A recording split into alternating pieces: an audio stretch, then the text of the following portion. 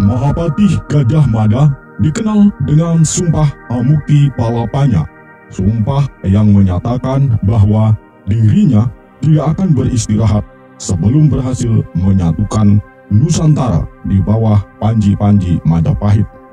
Sumpah itu diucapkan saat dirinya dinobatkan sebagai Patih Amangkubumi Wilwatika oleh Maharani Tribhuwana Tunggadewi tahun 1339 Masehi. Mengucapkan sumpah seperti itu saat pelantikan bukanlah syarat keharusan bagi Gajah Mada. Dia berikrar demikian maupun tidak, tetaplah akan dilantik sebagai Patih Amangkubumi saat itu. Sebab sesungguhnya Patih Amangkubumi yang lama, yaitu Arya Tadah alias Empu Krewes, telah lama mengajukan diri untuk pensiun dikarenakan alasan usia dan kesehatan. Serat Pararaton mengisahkan bahwa Gajah Mada lah yang direkomendasikan oleh Empu Krewes untuk menggantikan dirinya. Sang Maharani Tribhuwana Tunggadewi maupun Gayatri menyetujui usulan Empu Krewes. Hanya saja Gajah Mada tidak serta-merta menerima penunjukan itu. Dia baru akan bersedia menerima jabatan itu setelah berhasil menyelesaikan kemelut pemberontakan di Kedah dan Sadeng. Jarak waktu dia diusulkan hingga bersedia dinobatkan adalah 3 tahun lamanya. Mengapa pada saat penobatannya itu Gajah Mada mengucapkan sumpahnya yang terdengar begitu ambisius dan bombastis? Dalam beberapa video yang telah diunggah di channel ini, admin sudah banyak membahas topik seputar Mahapati Gajah Mada, termasuk tentang Sumpah Palapa.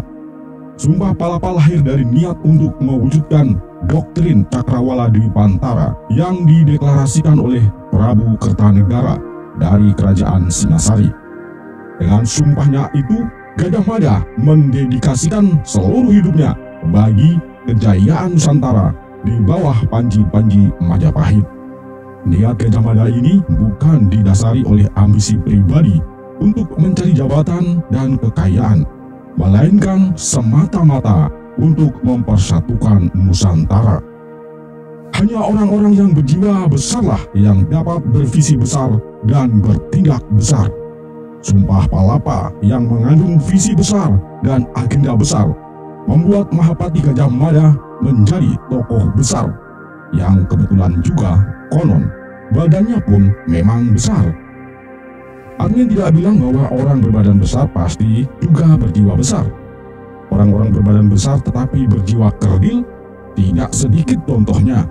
Namun, entah mungkin secara kebetulan, dalam video kali ini, 2 tokoh besar yang berbadan besar juga berjiwa besar bertemu dalam sebuah kisah besar. Kedua tokoh itu adalah Mahapatih Kebo Iwa dan Mahapatih Gajah Mada. Dikisahkan bahwa dalam suatu pertempuran, sesungguhnya Kebo Iwa dapat mengalahkan Gajah Mada. Namun setelah mengetahui niat Gajah Mada untuk mempersatukan Nusantara, Kebo Iwa merasa dirinya dapat memberangus cita-cita besar Gajah Mada sejak awal ketika cita-cita itu belum satupun menunjukkan hasil nyata. Karena itu, dia rela dikalahkan oleh Gajah Mada demi bersatunya Nusantara. Siapakah sesungguhnya Kebo Iwa? Tokoh ini benar-benar ada atau hanya tokoh fiktif yang diciptakan untuk mengangkat marwah Bali semata? Kita akan menelusuri kisahnya. Simak video ini hingga selesai.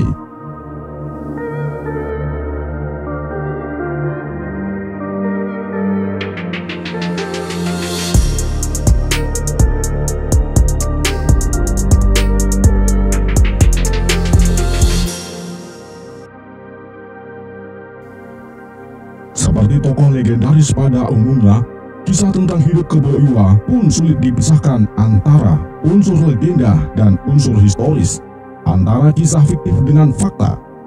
Riwayat Kebo Iwa juga dikaburkan dengan cerita lisan yang beragam versi, yang tidak jarang antara versi yang satu dengan versi yang lainnya terjadi kontradiksi. Untuk mengungkap kisah hidupnya, mau tidak mau, kita harus menembus belantara dongeng yang berselimut kabut misteri tebal.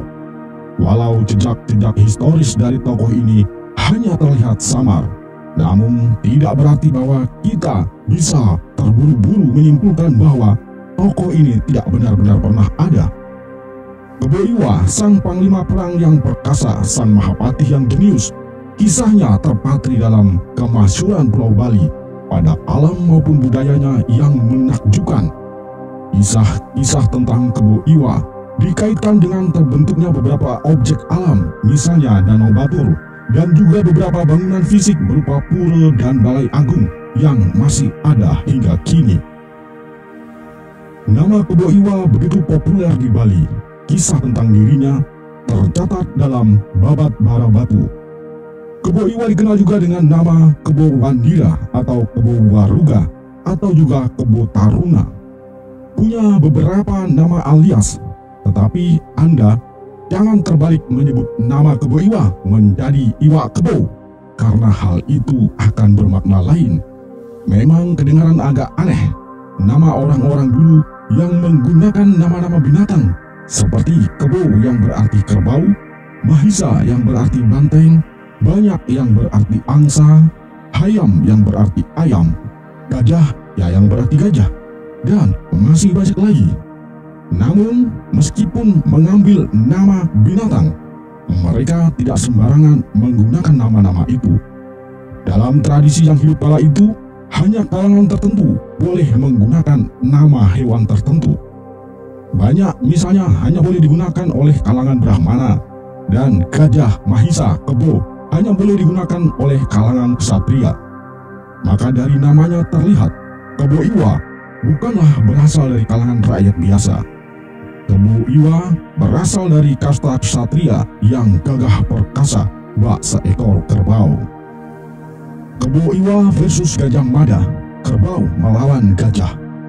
Hasil akhir dari pertempuran kedua ksatria ini sudah pasti Anda dapat menduganya. Kemenangan bagi Gajah Mada dan kekalahan bagi Kebo Iwa. Itu juga kita melihat sebuah pertempuran dari sisi menang kalah. Tetapi jika kita melihat setiap pertempuran dalam kerangka dialektika, sesungguhnya dari kedua belah pihak tidak ada yang benar-benar menang ataupun kalah sepenuhnya. Bagaimana itu bisa terjadi? Kita akan mengetahuinya setelah kita menelisik kisah mereka selanjutnya. Dalam menyusun narasi ini, admin mengumpulkan berbagai sumber, baik yang tertulis maupun sumber lisan, baik yang dipublikasikan secara tercetak maupun yang bertebaran di dunia maya. Admin memilih kisah-kisah yang menurut admin kadar mitologinya minim dan menyusunnya dalam sebuah alur yang mudah untuk dicerna. Berikut ini riwayat singkat Kebo Iwa atau Kebo Wandira. Kebo Iwa berasal dari desa Belah Batu. Ayahnya adalah seorang panglima perang kerajaan berdahulu bernama Rakrean Buncing. Dikisahkan bahwa Rakrean Buncing bersama istrinya telah bertahun-tahun membina rumah tangga, tetapi belum juga dikaruniai seorang anak. Maka Rakrean Buncing bersama istrinya membuat sesaji dan melakukan puja untuk memohon kepada Dewata agar diberikan keturunan. Mereka berdua berjanji jika saja dikaruniai anak, apapun yang diminta oleh anak itu akan dituruti. Tak lama setelah itu, istri Rakrean Buncing mengandung. Bayi yang dikandung istri Rakrean Buncing kemudian lahir. Seorang bayi laki-laki yang sehat dan berukuran besar, lebih besar dari ukuran bayi biasanya. Keanehan terjadi, baru berumur 2 hari, bayi itu mampu menghabiskan sebutir ketupat. Dan baru berumur seminggu, bayi itu menghabiskan 6 butir ketupat dalam sehari. Dan dalam usia 3 tahun, anak itu sudah menghabiskan 1 periuk nasi sekali makan.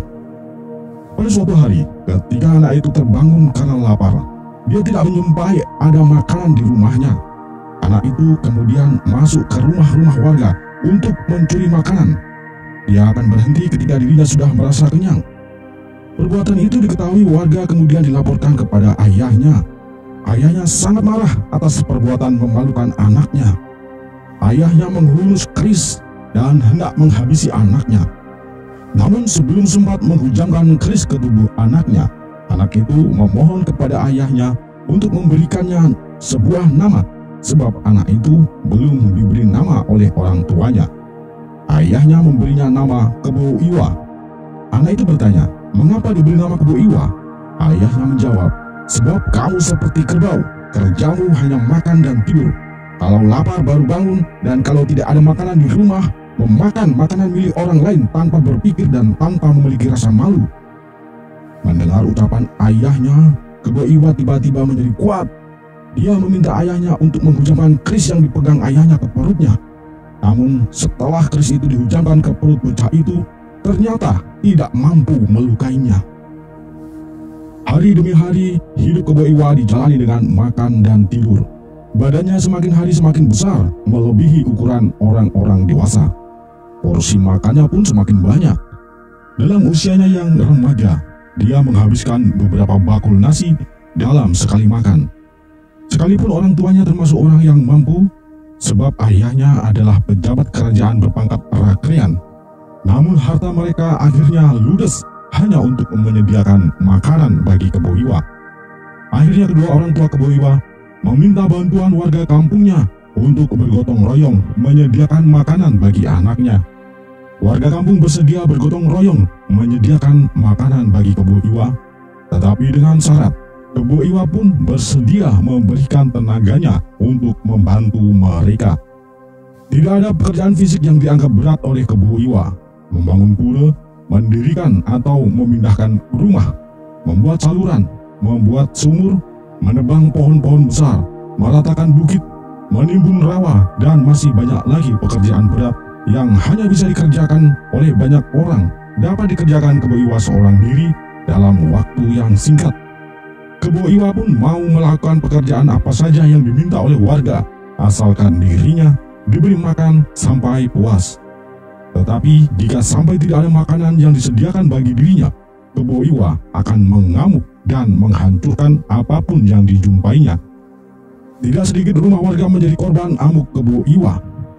Pada suatu masa, desa Belah Batu mengalami kekeringan yang menyebabkan masyarakat mengalami gagal panen.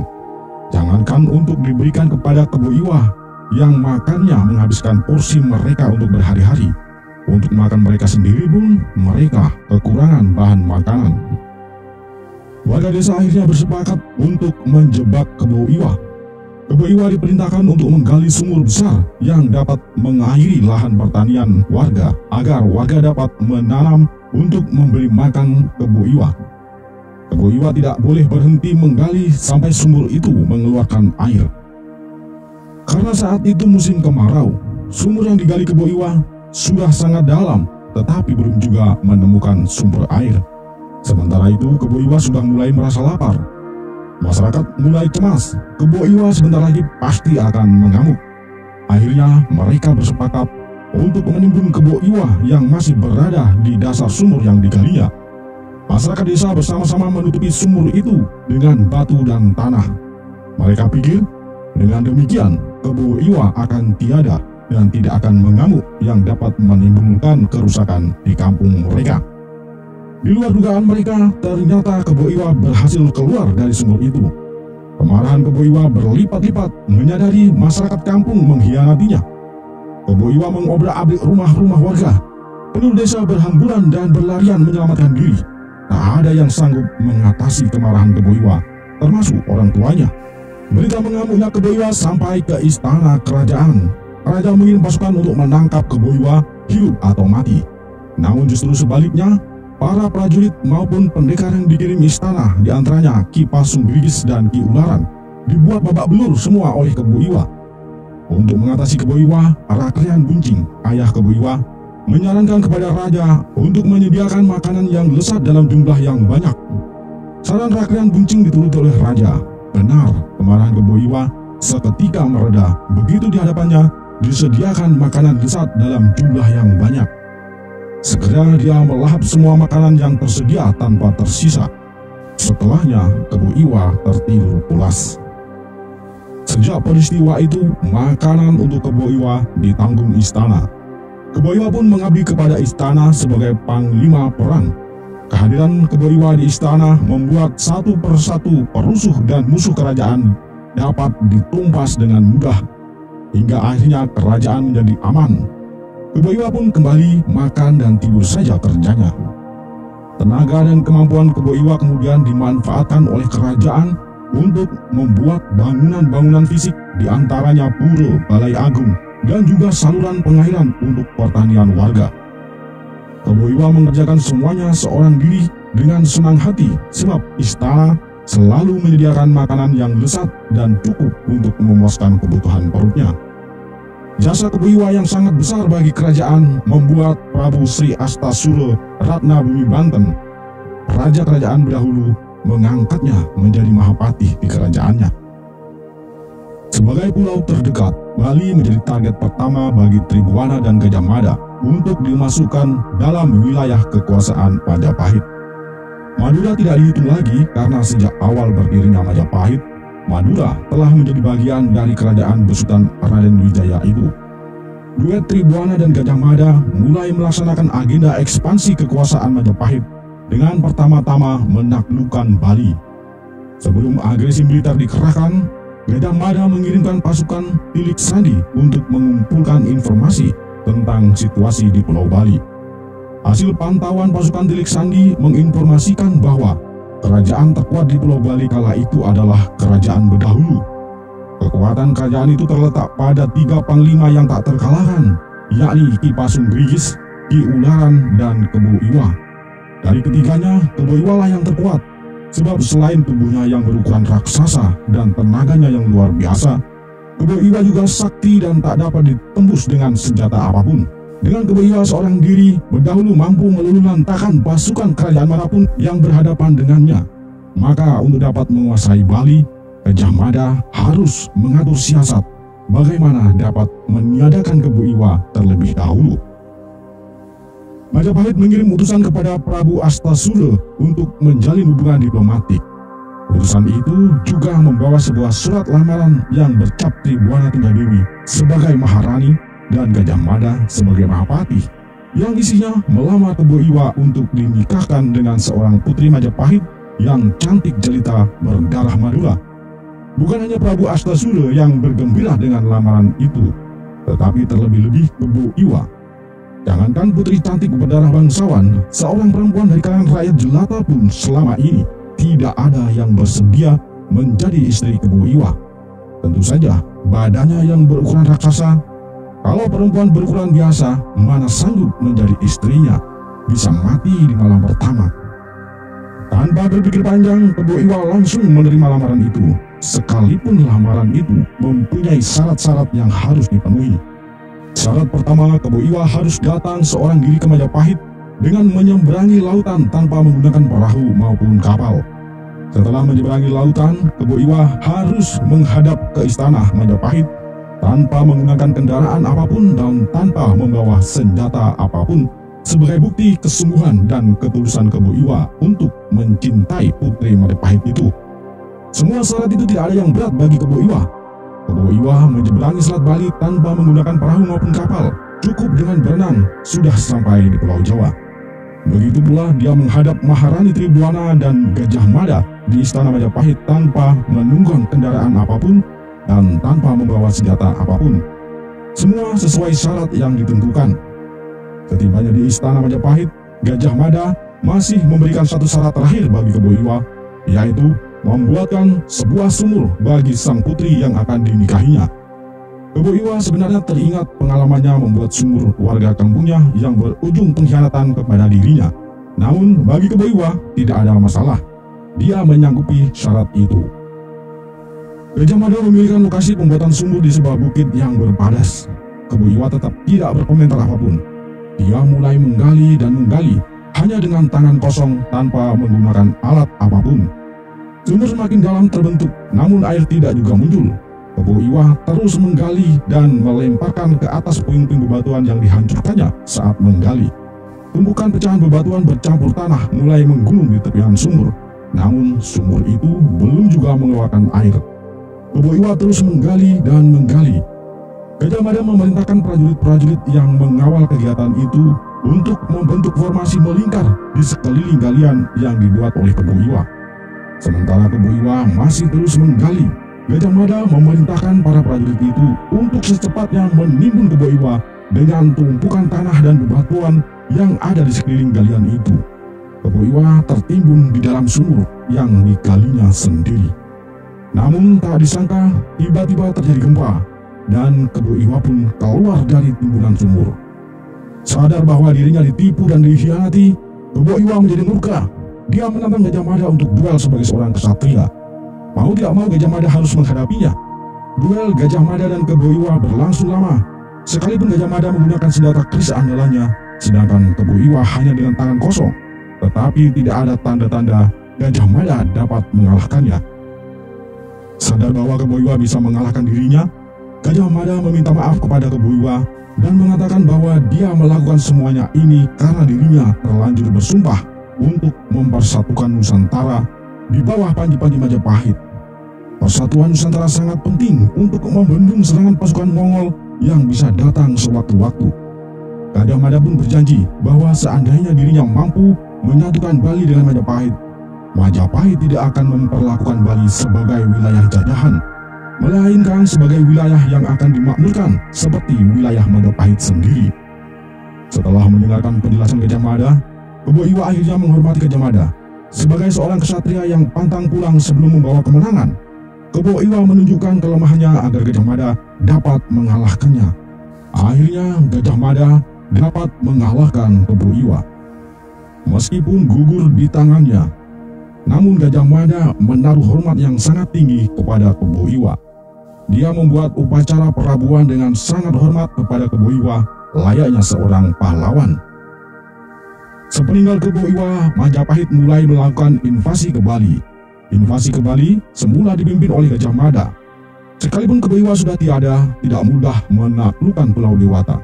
Tidak sedikit kesatria tangguh yang dimilikinya. Namun pasukan Majapahit mulai menguasai satu persatu kerajaan di Bali. Penaklukan belum tuntas. Tribhuwana memanggil Gajah Mada kembali ke Majapahit. Sebab sebagai Patih Amangkubumi, Gajah Mada adalah pemimpin roda pemerintahan yang bukan hanya mengurusi soal perang saja, melainkan segala urusan pemerintahan. Tribhuwana kemudian mengirim Aditya Warman, sepupunya yang berdarah Melayu, untuk melanjutkan penaklukan di Bali. Pulau Bali akhirnya menjadi pulau pertama yang ditaklukkan Majapahit. Sesuai janjinya kepada Kebo Iwa, setelah menyatukan Bali dengan Majapahit, Gajah Mada memberikan perhatian yang sangat besar kepada Bali. Bali tidak diperlakukan sebagai wilayah jajahan. Oleh karena itu, masyarakat Bali pun memberikan kesetiaannya kepada Majapahit sampai akhir. Dan bahkan ketika Majapahit punah di Pulau Jawa, Bali menjadi penerus kebudayaan Majapahit hingga kini. Orang bilang, jika Anda ingin menyaksikan kebudayaan Majapahit saat ini, jangan ke Jawa, tetapi pergilah ke Bali. Pemirsa, demikianlah kisah dua orang besar, Kebo Iwa dan Gajah Mada. Tidak selamanya kalah itu lemah, tidak selamanya menang itu kuat. Otot akan kalah dengan otak, tetapi otak akan kalah dengan nurani. Pahlawan bukanlah mereka yang mempersembahkan kemenangan, melainkan mereka yang senantiasa menjaga nuraninya hingga akhir hayatnya. Semoga kisah ini dapat menginspirasi kita. Mohon maaf jika ada khilaf dan kekeliruan. Wassalam, salam dari Wong Curah Jati, Rahayu, semoga Tuhan memberkati.